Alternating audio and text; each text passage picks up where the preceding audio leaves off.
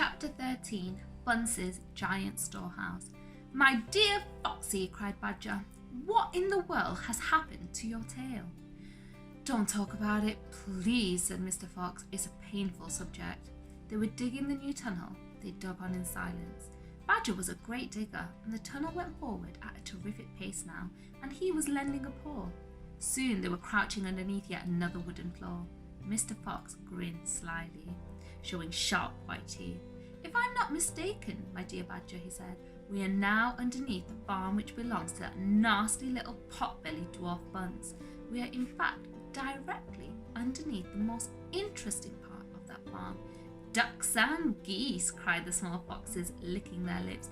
"Juicy, tender ducks and big, fat geese." "Exactly," said Mr. Fox. "But how in the world can you know where we are?" asked the Badger. Mr. Fox grinned again, showing even more white teeth. "Look," he said, "I know my way around these farms blindfold. For me, it's just as easy below ground as it is above it." He reached high and pushed up one wooden floorboard, then another.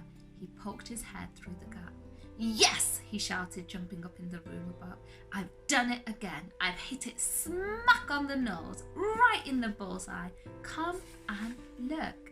Quickly, Badger and the three small foxes scrambled up after him. They stopped and stared. They stood and gaped. They were so overwhelmed they couldn't speak.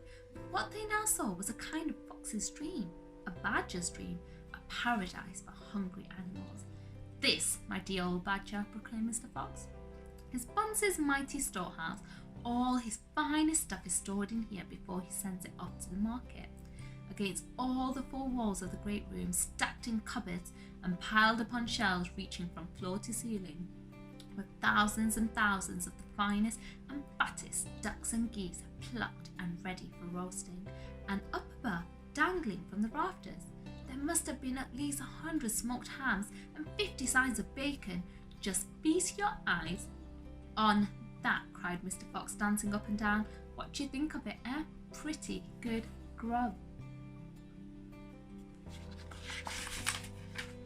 Suddenly, as though springs had been released in their legs, the three hungry small foxes and the ravenously hungry Badger sprang forward to grab the luscious food. "Stop!" ordered Mr. Fox. "This is my party, so I shall do the choosing." The others fell back, licking their chops. Mr. Fox began prowling around the storehouse, examining the glorious display with an expert eye. A thread of saliva slid down one side of his jaw and hung suspended in mid-air, then snapped. "We mustn't overdo it," he said. "Mustn't give the game away. Mustn't let them know what we've been up to. We must be neat and tidy and just take a few of the choicest morsels. So, to start with, we shall have 4 plump young ducks." He took them from the shelf. "Oh, how lovely and fat they are. No wonder Bunce get a special prize for them in the market.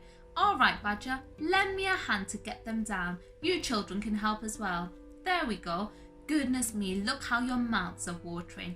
And now, I think we had better have a few geese.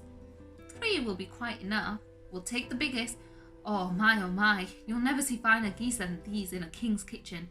Gently does it, that's the way. And what about a couple of nice smoked hams? I adore smoked ham. Don't you, Badger?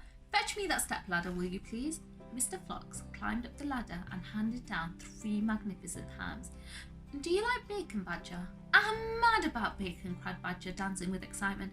"Let's have a side of bacon, that big one up there." "And carrots, Dad," said the smallest of the 3 foxes. "We must take some of those carrots." "Don't be a twerp," said Mr. Fox. "You know we never eat things like that." "It's not for us, Dad. It's for the rabbits. They only eat vegetables." "My goodness me, you're right," cried Mr. Fox. "A thoughtful little fellow you are. Take 10 bunches of carrots." Soon, all this lovely loot was lying in a nice heap upon the floor. The small foxes crouched close, their noses twitching, their eyes shining like stars. "And now," said Mr. Fox, "we shall have to borrow from our friend Bunce 2 of those useful push carts over in the corner." He and Badger fetched the push carts, and the ducks and geese and hams and bacon were loaded onto them. Quickly the push carts were lowered down through the hole in the floor. The animals slid down after them. Back in the tunnel, Mr. Fox again pulled the floorboards very carefully into place so that no one could see that they'd been moved.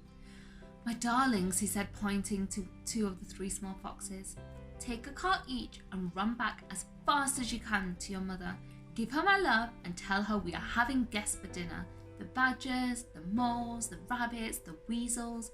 Tell her it will be a truly great feast, and tell her the rest of us will be home as soon as we've done one more little job." "Yes, Dad, right away, Dad," they answered, and they grabbed a trolley each and went rushing off down the tunnel. So there they go, rushing with their carts.